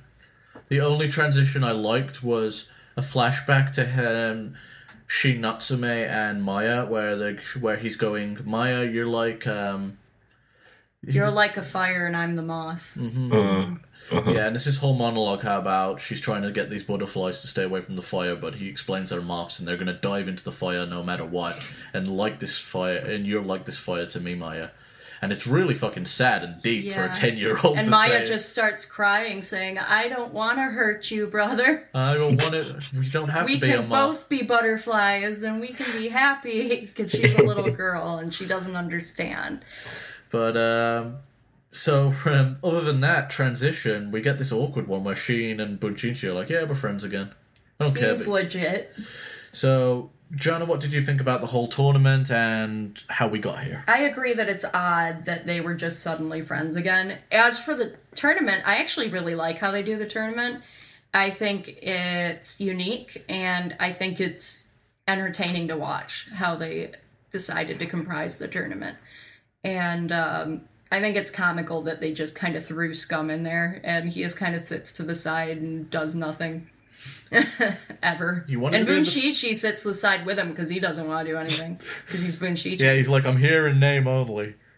And he's wearing a cast, like, for the first chunk of it, too, because his leg's still fucked. Yeah, what's he gonna do? So Ryan, what did you think of how we got here and the actual tournament? Like, the first half of it? Well, this whole segment, my favourite part is Matsumi's transition and the present he has become. You see him become more stronger throughout this thing with Maya. Like, in the past this year, you seen, like, Matsumi was training in, like, their state-of-the-art facility, and nothing was happening until, like, it was resolved between him and Shin that he was basically becoming a badass. You can kind of see the artist was, like, playing more into the older self. His hair got longer, he got more, like, older looking, more mature. And you see the relationship between Maya and him flourish as, like, this ultimate team that cannot be stopped unless, like, they're separated, which comes into play later on past the tournament. But the tournament itself, it's really weird. Like, it's a low bars whole thing. Anything can happen until the last 5 final matches. I always enjoyed there's a wee flashback they give about the past team who are getting sniped from, like, archery team on the roof. I was like, that's pretty funny, and they get ambushed by, like, the 5 ninjas. I really enjoyed the whole concept. Yeah, I forgot to bring that up, but yeah, it's like there's a real showing you how the fighting of the tournament can happen anywhere, but you can just totally use archery on him as they're just coming out the building. Yep. The stuff between Shin and Mitsuomi, that didn't happen until right before the finals, right? You're on about the bike when they're riding the bikes together? No, when he. This is what we're getting to right now. I couldn't remember what happened when. So, yeah, for the second half of the tournament, Sheen's not in the building right now, and everyone's invited to go fight in 4 separate rooms. Whilst Bunshichi, and what's happening is Mitsuomi and Bunshichi are being distracted. The guys who they're fighting aren't actually fighting back, they're just avoiding. So they figure out they're being distracted, and why they're being distracted is Maya's being knocked out and ambushed by 2 guys, her actual opponent, and Funchen. They rip off her clothes and leave her stripped, and then have the guy she was meant to fight guide Sheen there. Yeah. And the reason they do this is because they want to set Sheen off to massacre everybody. And just prior to this, Masataka's father gives Sheen permission to kill anyone he wants. As much as he wants. And Sheen insists, I don't want to. So they give him incentive. So he said, I don't want to kill anyone. I like who I am. Yeah. And it's... You're finally seeing him become a person again and start to gain some sanity about him. And Dogen's like, God, after everything I did for you, you should thank me. And it's like, dude, you used him as a lab rat. You're a fucking asshole. Yeah. So he goes batshit insane when he sees Maya all fucked up. And decides he's going to fuck up Funchen, the 2 guys, Emmy, who happens to be there too. Even though it wasn't her Mana, fault, she was just... as well. Yeah, Mana and Emmy were tied to a chair together. So he decides to pick a fight with Funchen, and Funchen's like, I don't see what the big deal with you is. I'll just go and kick your ass. And Shin rips his hands off. Yep. No more hands for him. And it's actually a very comical scene. He's like, doesn't realise that his hands have gone. Because they've pretty much been seared off with chi. Yeah. And then he realises and freaks the fuck out, and Sheen just kicks the shit out of him. Yep. Then he turns his attention to Emmy and everyone else. Because he's kind of lost it. He's not really... Dragon's Eyes totally took him over at this point. Yeah. He's about to go kill everyone, and then... Mitsuomi comes running in. Now, he's running and charging, and Maya realises and screams Mitsuomi. Sheen, under the gaze of the Dragon's Eye, he turns to Mitsuomi and sees, and accidentally... Quote unquote. Blasts a bunch of chi, like a whole bunch of chi, into Mitsuomi's chest. And he spits out a bunch of blood and pretty much faints. Yeah. Sheen comes to at this point because Maya actually shouting awoken him up. Yeah. And he used the excuse of the dragon's eye pretty much to go, oopsie-daisy, didn't mean Even to. though he wasn't even in the dragon's eye at the time when he did it. And his excuse for that was, oh, sorry, you caught me on my blind side. Yeah. No, I thought, I watched the scene recently, and I thought it's like he snapped out of it, then he transitioned back on it. Yeah, he sort of, it was like he partially went back in. I think maybe Mitsuomi set him back out into Dragon's Eye. Yeah. Because he doesn't like Mitsuomi. He feels him as a threat towards Maya. He liked him in the beginning, but over time he saw him as a threat to Maya. Because and Maya also, and him got close. Also, with the dragon's eye, he saw that someone was going to kill him, and he thinks that someone's going to be Mitsuomi. So he's afraid of him.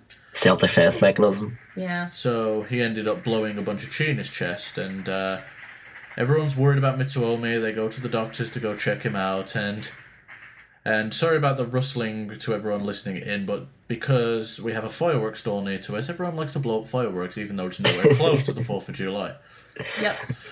But yeah, so the situation with that is Mitsuomi's perfectly fine in the hospital. Mm-hmm. They can't find a thing wrong with him. And until another scene shows that he vomits up blood again later.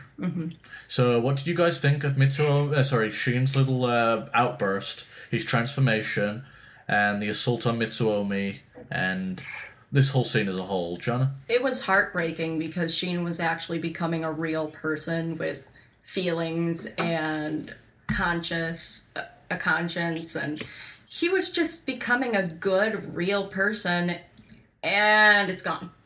That's basically what happened, and it's gone. It just completely disappeared within the blink of an eye. Every hope you had for this character is suddenly shattered. And it's both good and bad. It's heart-wrenching. It's just really heart-wrenching. And the whole time as they're ripping off Maya's clothes, you're going, no, no, no, no, no, no, no, no, no, because you know what's going to happen. And the moment you see what he does to Mitsuomi, it's just like, you know that something really god-freaking awful is about to happen. But it's good. And it definitely is a lot of plot development. So, Ryan, what do you think? I really enjoyed this segment, as you were saying. Shin, like, he loses all hope. Like, he was developing into a nice kind of guy, turning down Dogen and like saying, I don't have to be loyal to you anymore. Then you've got the whole transition, and they, like, Maya's not kidnapped, but basically stripped naked in front of Fu Chen. And here's the fact: Fu Chen as a character, I do not like him at all. Like, his only purpose is to antagonize Shin and the attacking and turning the dragon out and maybe training Mitsuomi, which you see a couple segments. Yeah. And throughout. Then you've got Shin, like, basically see he loses his crap, tears off Fu Chen's hand because you've seen Fu Chen had the power of, I think it's Chi of Earth. Am I correct?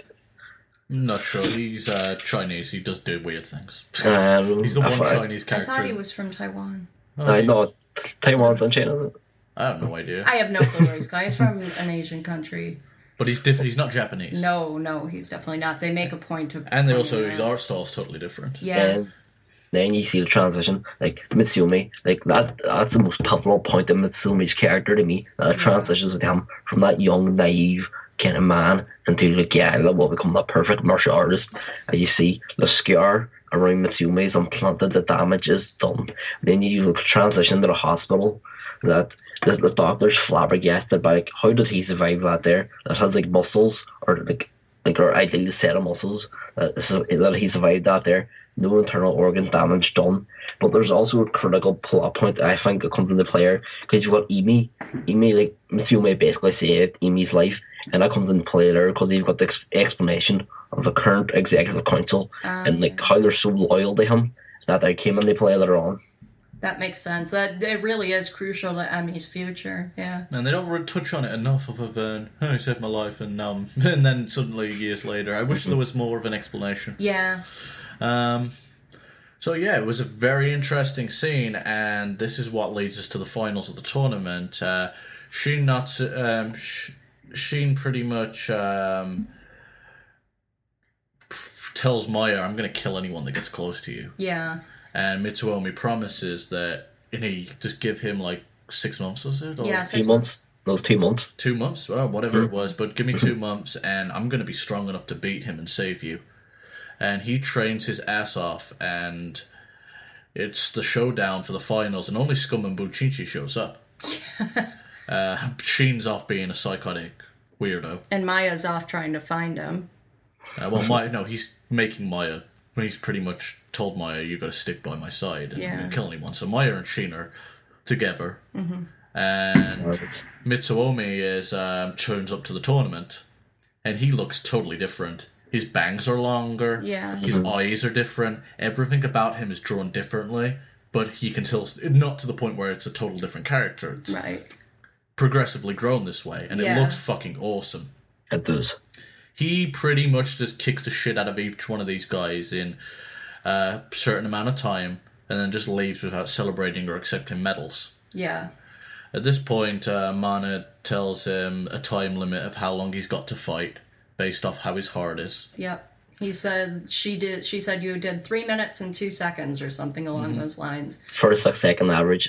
Yeah, and he said, I made it just in time, didn't I? And then he started puking up blood again, and I'm just a little woozy. Yeah. You realize he can fight, but the reason is because when he put that chi through him. When Sheen put the chi through Mitsuomi, it made his heart grow. It progressively get stronger, but also weaker at the same time. Like it would grow, but it also meant that he was pumping more blood, and therefore his muscles were getting stronger. Mana explains it. Pretty much goes, your heart's enlarging and it's pumping more blood around, but at the same time you're getting superhuman strength, but your heart's going at a pace where not even heavy drugs could do this to you. Yeah, and basically, it's basically said at that point that he's dying and he's not going to last much longer. With 2 or 3 year period they love.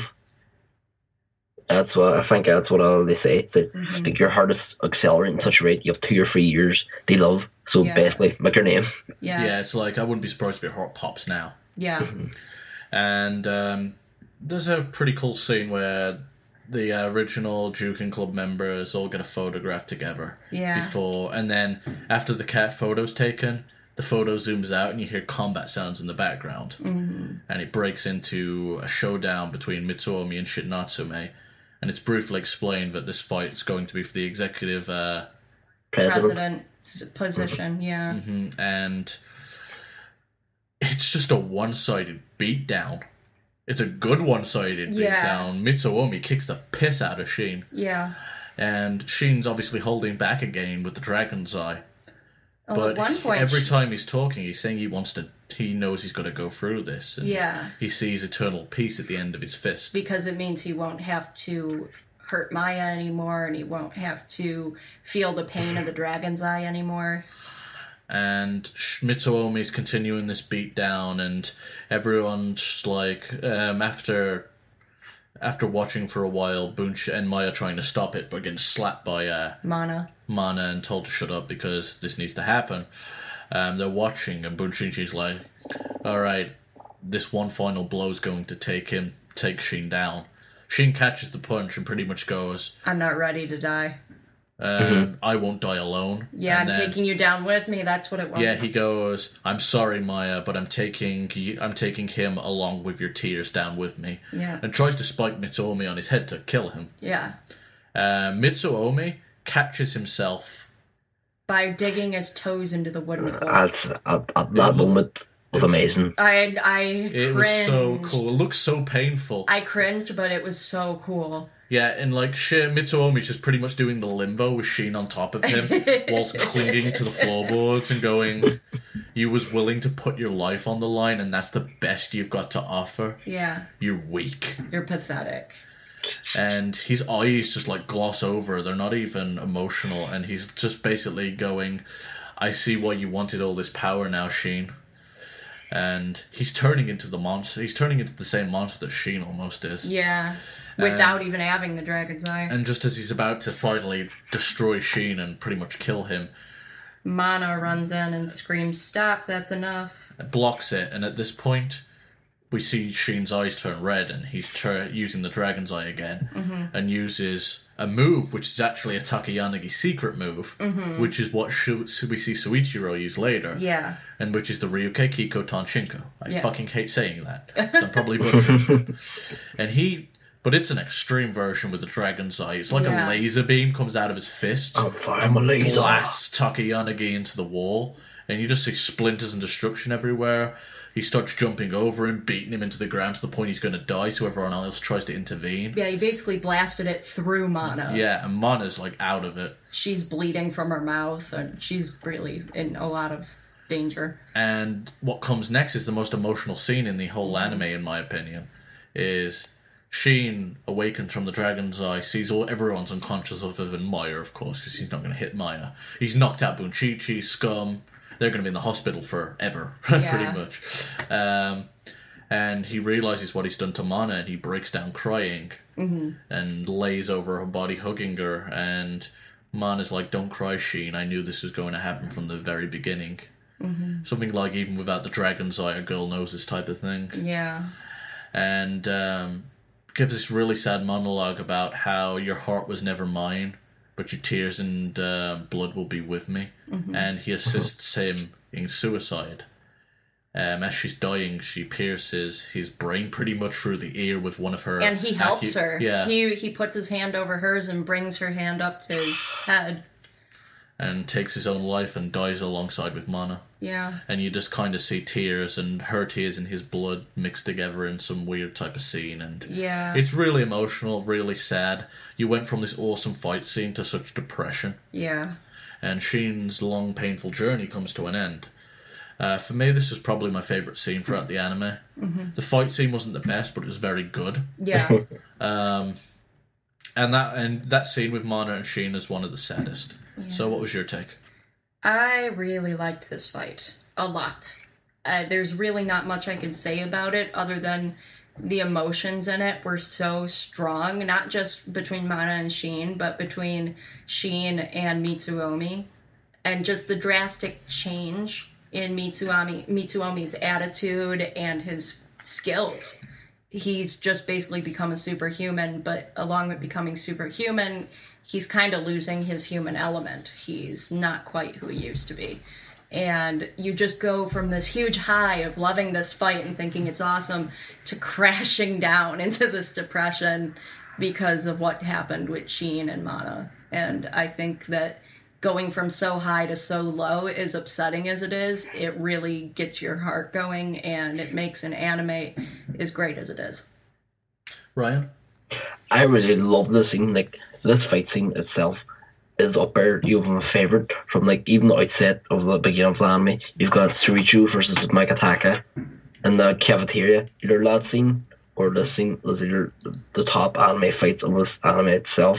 And you've got, and the emotions are running high. The whole atmosphere, like, everyone there from the schools and the Dragon Club, and watching Sheen, the top guy, going at it with Mitsuomi. Like, no one, I don't believe, no one believed Mitsuomi was that powerful. Like, he is basically destroying Shin, each punch, stuff like that. The whole thing where he's able to stop that counter-attack by sticking his feet on the ground, basically breaking the boards beneath his feet. No one, I bet you, no one in that arena seen that coming. And you've got the whole transition where Sheen loses his shit again for like what, the second or third time right now, and uses that technique and blows Mana apart. And like Mitsuomi barely dodges. That would have been his life gone with an instant. Then it goes from this high intensity fight to the most emotional scene where basically Mana professes her love for Sheen, and Sheen was like, he could have never returned it because he was basically basically loved his own sister in that kind of demented relationship way, and throughout there they committed suicide with a needle for the ear, which ended on the cliffhanger of the episode, which I was like, my god, this anime is a hidden gem and it needs to be appreciated. Yeah, this anime goes from panty shots to violence to such an extreme with this that you're like, wow, this just gave whole purpose to the first chunk of the series. Yeah. And after this, not too much happens in the anime other than Aya has a bitch fit because she's an emotional kid. She steals the Chokuto Reiki. And Maya and Mitsuomi and the whole executive council are chasing after her, trying to find her. She ends up spending the night at Masataka's house. Oh my god. That episode. It was a nice bit of comedy relief after all that emotion. My God, like you see Masataka, he's like, is he a rapist or like, is he a pedophile? Like his thoughts going through his head, like he knows everyone's looking for area, but he's just like, I'm fucking my dick. Sorry for the language. But basically takes her home, and he's thinking he's going to have a grand old night. And you can see that his father rings the house and is like, ooh, yeah. Like he has a woman over, so we'll be celebrating in the morning. His father has high hopes for him. Just that whole scene in itself.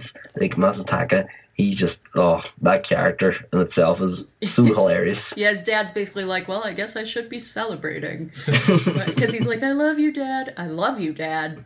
Oh, it must be a girl. But I feel like there's a lot of comedy relief until one point where he wants to take a peek at Aya showering. And he's being a lecturer, and she's just in the shower sobbing. And he's like, well, there goes my fun. Because he can't enjoy her crying. Yeah. So he leaves, and then he feels all depressed and like a stupid idiot for trying to do that. The only notable scene is Aya having a conversation with Sheen through the dragon's eye. Mm-hmm. Yeah, because she goes into a fever, a really bad fever.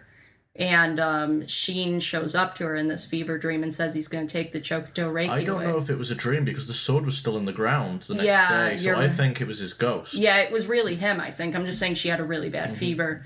But she convinces him to leave the Reiki behind. Mm-hmm. So this whole bullshit, though, is just so they can have an excuse for Mitsuomi and Soichiro to fight before they end the anime. Yeah. And... because after this, the OVA happens, which is piss poor. Yeah. I never watched OVA. It was cool to see what Soichiro was capable of. But, so basically this whole point, so it escalates to a point where they chase Aya to the school roof, and Soichiro and Mitsuomi cross paths again. He knows everything that's happened now, thinks Mitsuomi's a dirtbag, and wants to kick the crap out of him. Because anyone that makes the woman he loves cry needs to pay. So, he and Mitsuomi have a big fight. It all ends up getting calmed down. And Aya gives the sword back, and everything's mellowed out. It's a very anticlimactic ending to the anime. Yeah. The fight was piss poor. There was, like, fucking flying through the air out the windows of the school building, crashing to the ground. It, like, went Dragon Ball Z crazy for a second. Yeah, it really did. Like, how do you survive that? I think they was trying to accomplish, like, an epic moment, but it just came down as really silly. Yeah. So that was pretty much... After that, we're pretty much just left with Aya and Soichiro talking about how I understand why you love my sister so much, but I'm going to be as good as her one day, and you're going to appreciate me. And that is pretty much the end of the main series. Yeah. Until the OVA. Now, I thought that was a piss-poor ending. Yeah, it really was. The fight scene was piss-poor, and the build-up was piss-poor. It was all after the past arc, it was just so dull. It really was. So what did you think, Jonna? I didn't like the ending. Like you said, there was all this build-up with the past arc, and you would really expect it to follow through, but you get nothing. You get no closure. You get no anything. There's just nothing. That's all I really have to say about that. The fighting was over the top to the point where it was ridiculous, and nothing was resolved. There was just nothing. That's all I have to say about that. Ryan? And like in the terms of this segment of the anime, I believe like I'm going from the end up of the past arc. The end of the past arc, my most favorite scenes were doing Mitsume, where he seizes control of his own clan and basically hires goons to kill his father's companions and stuff like that. There he sees his I forgot about that. Good. That was a cool scene. I liked that.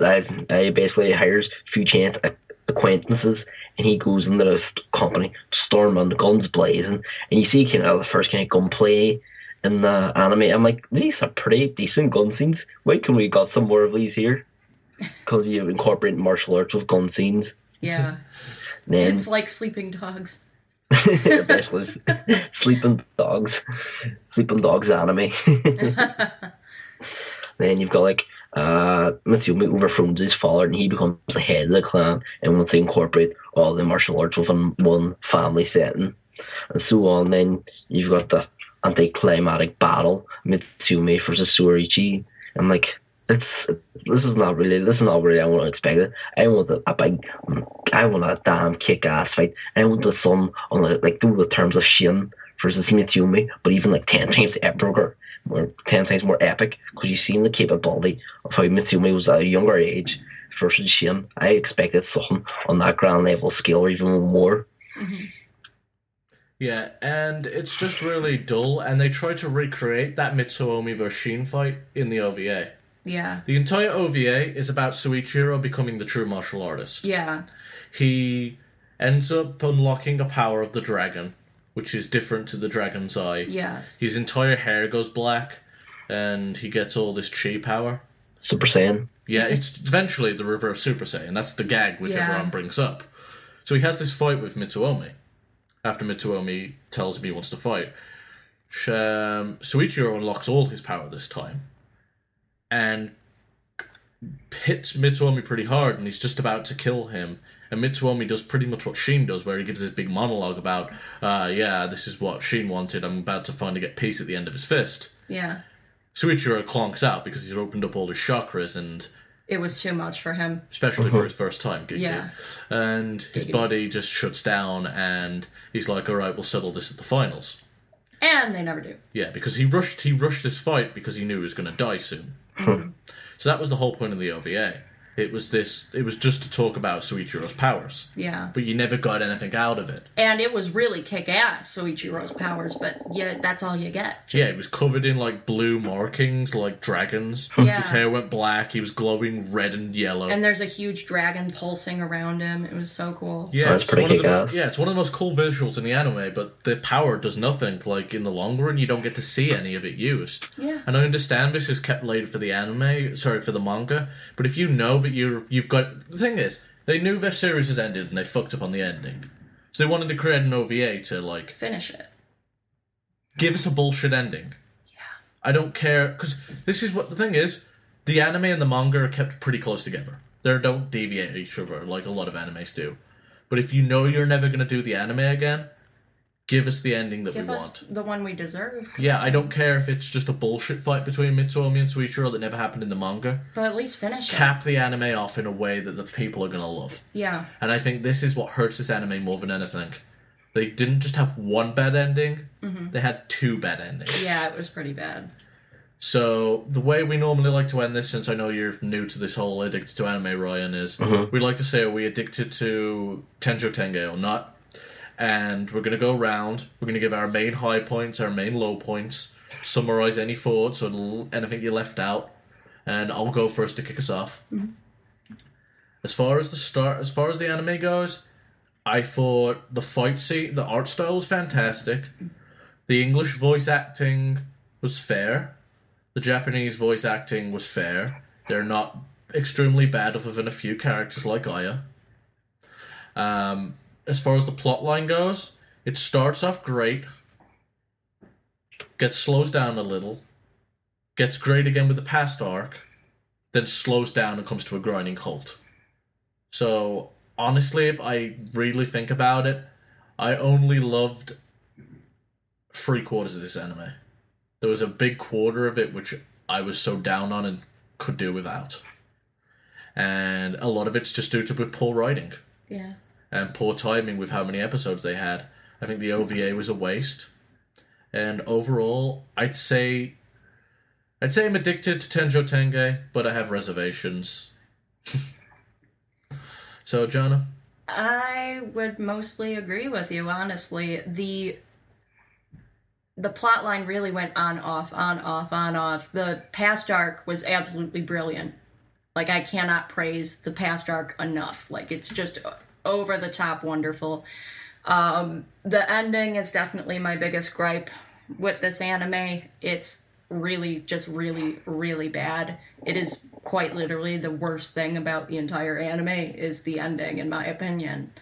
I feel like the characters and the voice acting are all really well made for the most part. I just, more than anything, really wish they would have at least given us some type of closure instead of two really shitty endings. Yeah, it was like this anime was fantastic for the most part. It was just very piss poor execution at the end, which damages the whole series. It does. I mean, when you have a really good anime like Tenjo Tenge, and I would call it a really good anime, you expect the ending to live up to that, at least somewhat. but it just didn't. It didn't even come close, and that's really upsetting because you spend all your time and investing your emotions and your time into this, and only to have it kind of slap you in the face like, screw you. Yeah, but it's not just one slap. It's two slaps. It's like, okay, guys, we know we fucked up, but we'll make it up to you. Actually, we won't. So all in all, though, I would say I am addicted to Tenjo Tenge. It's one of those animes. Usually, I don't like watching something more than once, but I did not get bored watching it a second time, and I could probably watch it a third time. I really enjoyed this anime, even with its faults. I feel like the past arc could have been its own anime. Oh, it easily could have. It could have. Yeah. So, Ryan, your summary, and finish it off at the end with, are you addicted to Tenjo Tenge or not? Like, in terms of the characters of Tenjo Tenge, you've got Suichu being the main character, but in my opinion, he is one of the lesser developed characters in this anime itself. Right? You've got the bullet, you show his kind of his past, that he was, like, bullied as a child, and then you've got the introduction of his mother. Like, his mother, like, what, she, right, you understand, she's, like, part of this Nagi family, the ward of evil spirits, and what else? We see her once or twice, and I was like, I want more of that theme explained. Birds of Magic coming on in the Nagi family. They do in the OVA. Oh, I'd never watched OVA, so... But they don't touch on it They don't touch on it nearly enough, but they go into it a little further, just not enough. Like, the whole, like, I mean, right, the present-day characters, Bob and Suichu, they're not as developed as I would like to have been, but the past arc itself, I loved it. I loved the past arc. Like, the whole, as I said, I'm maybe going fanboyish, I'm not telling me, but that character... I just love the whole transition of this young, naive novice, not knowing like a thing in the world, I'm and totally with you there. And being took under the ring of Shin Natsume, like this character that's so complex. He's basically Shin is basically schizophrenic in my opinion. That you've got another conflict between the Dragonite side and his better side, which he's got these friendships with the Club Katana, but basically they come to an end with the Dragonite side of basically going around slaughtering innocent people.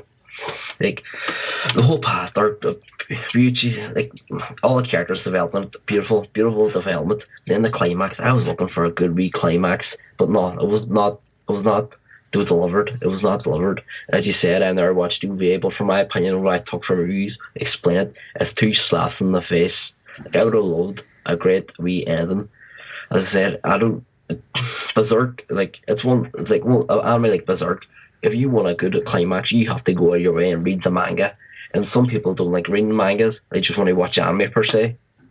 So, if I'm addicted to Tenjo Tenge, I would be addicted to it on an okay day in terms of anime. Yeah, and if you want to talk about perfect endings, there's an anime called Code Geass, which I know Ryan's very well familiar with. That has the best ending out of any anime ever. And that's how you do it. That is how you do an ending, not this way. Exactly. Lelouch is the best character. So, Kogia plugin. We'll eventually be reviewing that one as well. And we'll invite you along. So, definitely. With that, I think this is pretty much free addicted to animes for Tenjo Tenge, but we have our reservations and we have our issues with it, but overall we're addicted to Tenjo Tenge. Definitely. Alright, so I'm going to wrap things up with a few plugs and play us out of here, guys. So, first off, if you are a fan of anime in any way, you should check out Addicted to Anime on Facebook. The URL is facebook.com/addictedanimefans. Tumblr is addictedanimefans.tumblr.com. You can check us out at Addicts to Anime on Twitter. For me, you can follow me at Steve Wago. Also, check out my MMA website, udmma.com, which is Unanimous Decision MMA. You can follow me at udmma on Twitter, and check out facebook.com/udmma. Also, check out all the other great programming on Mega Powers Radio, such as the Monday Night Post Raw show, which is every Monday after WWE Raw. Check out the Daceman show. We got a whole bunch of different stuff, including the Game of Thrones podcast. So take a look through the Mega Powers Radio website. Take a look at all the great content that we've got to offer to you. Also, check out fanboysanonymous.com, smarkoutmoment.com. And I pretty much think that's all from me. Jonna, do you have anything to plug, or are you pretty much good? I'm pretty much good. Ryan, do you have any projects, any podcasts, anything you want to plug out there?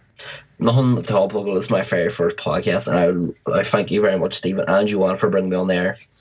Right, thank you very much for being on here tonight. You're welcome. And I am going to play us off, and we will be done for the evening.